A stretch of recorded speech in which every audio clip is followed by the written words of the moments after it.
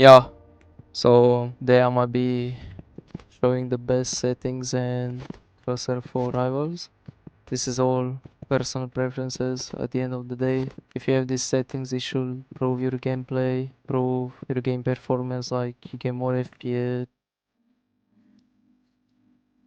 game is running more smooth as well. But I would suggest anybody who change their settings to use these settings, and if you don't like them, you can obviously change them around, play and see. But yeah, let's get into it. So first, general settings. You wanna have your master volume to 1. You don't wanna have it too loud or too quiet. Just make it on 1. It also matters what volume you use Roblox client as well. For example, I have 1 bar. You can obviously use 2 or more, but I'll say either go 1 or 2. And your Windows volume is important as well. Mine is on 50. I have a headset. Music volume 0.1. You don't want to hear the music. You don't care about that. Disable shadows. Make sure you have this enabled. It just gives you more FPS and it removes some extra details on the maps.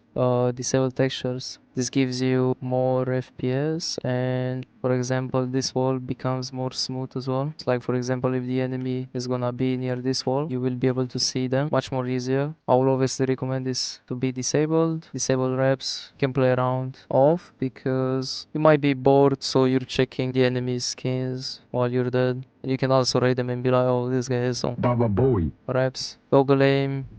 All of this we don't really care. You're on mobile, I guess you can turn off the aim assist and everything. Everything else is all about preference. Camera sensitivity. This is where a lot of people are gonna have their own personal sensitivity. Obviously you can find your sensitivity by just playing, but if you don't have one, then go between 0.5 and 0.1. So like the max is 0.5 and the lowest is 0.1. Your Roblox settings, camera sensitivity should be the same, I would say. So like mine on Roblox client is 0.4 and 0.4 here as well. If you also have gaming mouse, you can just go to its software if you have a software for it. I have a Razer DTD V3 Pro, so I can just change my DPI whenever I want. I would suggest people go for 800 or 400 DPI, and your polling rate should be as high as possible so that your mouse can make updates and just move and be as clean as possible. You obviously will make much more straight lines, meaning that you can track easier, or like flick. So if you have the option to go beyond the 1000 polling rate, do it. You can also change your keybinds on your mouse. For example, if you want to have your mouse button 5 jump, you can do that.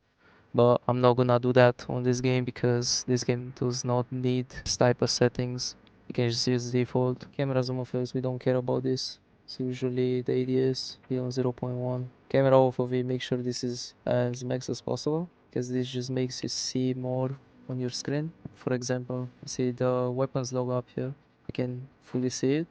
If I turn down my FOV, I won't be able to see it anymore. FOV stands for field of view. And obviously just play whatever FOV you want, but I'll recommend it on max.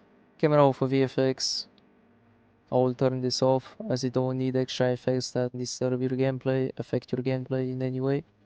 Camera shake is the same thing. This is for the recoil and shaking. Maybe when you get naded, your screen is like shaking a bit. I will turn this off as well. Signals on, weapon icon on. Damage numbers, they just added this. Such a really useful feature because if you throw a nade, you see that your nade landed on them.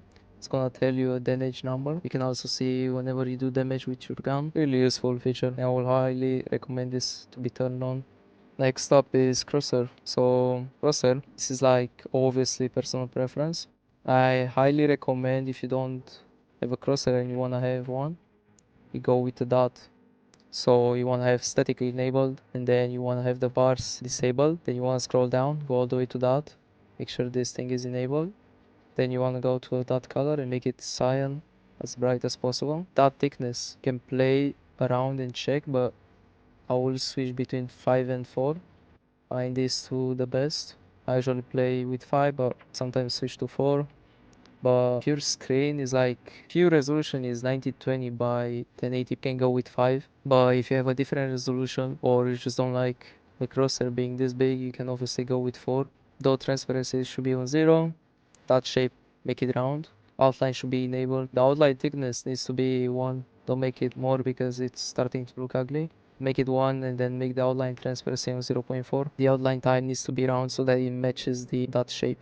And then hotkeys. Hotkeys, I have them mostly on default. I only have inspect, a second keybind on Y. Well, that's pretty much it. If you followed along and change your settings like I did, you should have my settings and your game should look like this. Oh yeah, make sure your graphics quality will be on 2 or 1. Recommend 2 in case you're playing far map. If you have it on 1, some of the map parts might not load, so I will just say keep it on 2 so that you can see the map. If you follow along, you should be able to have the settings. You see the damage on them. You see that there's no zoom effects, no shaking in there. I have a little bit of zoom because I use 0.1. I can obviously turn it down.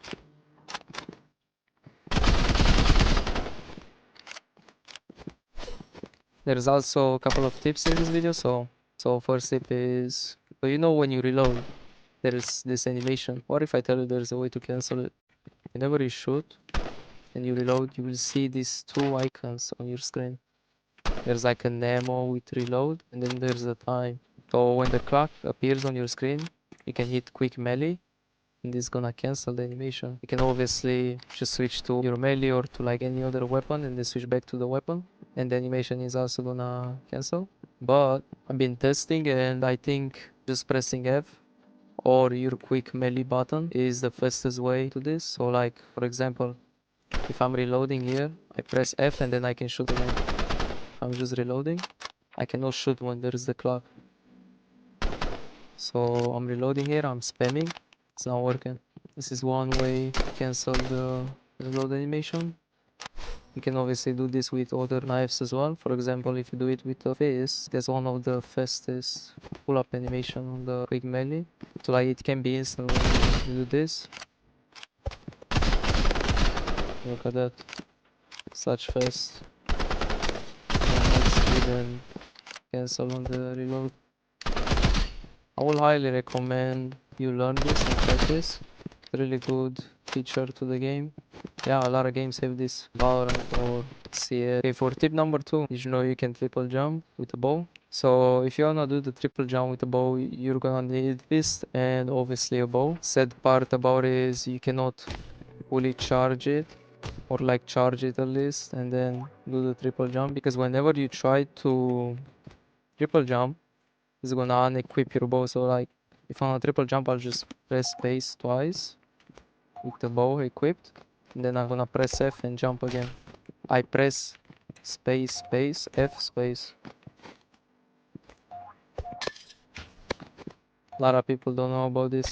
If you're a bow user, you can obviously use it. Bow is like pretty mid, I would say. It needs a couple of buffs. I think the bow is gonna get buffed in the future. I feel like the bow, with the bow you need a low ping as well. You cannot play bow, I would say, on high ping. Maybe there are some people who can, but I don't think they're like consistently good. There's also one more tip that I wanna show. So if you have the new utility weapon, the freeze ray, you can do a couple of plays with it. So like it's right in the middle of the tiles. So I think the range now is 2 blocks, like this. 3 in total if you include him. Maybe you can get a little bit more. Yeah, you can get more. Oh wow, they really buffed it. Oh wow, you can even do 4 tiles. Let's see, this max? Yeah, this is max. You can do 4 at the end a bit. This is really good. Oh wow. It's like one of the tip that I have for people who are playing 2v2s, 3v3s, or like any game mode that requires 1 or 2 players in your team. I would say one of you should grab the freeze ray. If you guys are in a 2v1 situation and one of your teammates has a freeze ray and you know where the enemy is, The guy with the freezer can just rush him and he can just stun the enemy and your teammate can just come and finish him off pretty much. This is a pretty good trick. You can also just like try to snipe and just swing on him. It's really good that it has now 2 bullets instead of 1. But yeah, I think if you're stunned by that weapon, you can still shoot, so be careful if you stun the enemy because they can still shoot, they just cannot move. I will say this gun is a really good counter if the enemy is moving a lot. You see they're sliding or you wanna predict their movement, you can just do this. But yeah, that's pretty much it with the video. Hope you guys enjoyed it. Like I said, it's all about personal preference. You can obviously just try these settings. If they don't work out for you, you can obviously just go back. But I would say try these settings for like 2 or 3 days. Keep playing with it. You should be able to get used to these settings in no time. If you did, make sure to subscribe. Yeah, I'm gonna see y'all in the next vid. Take care.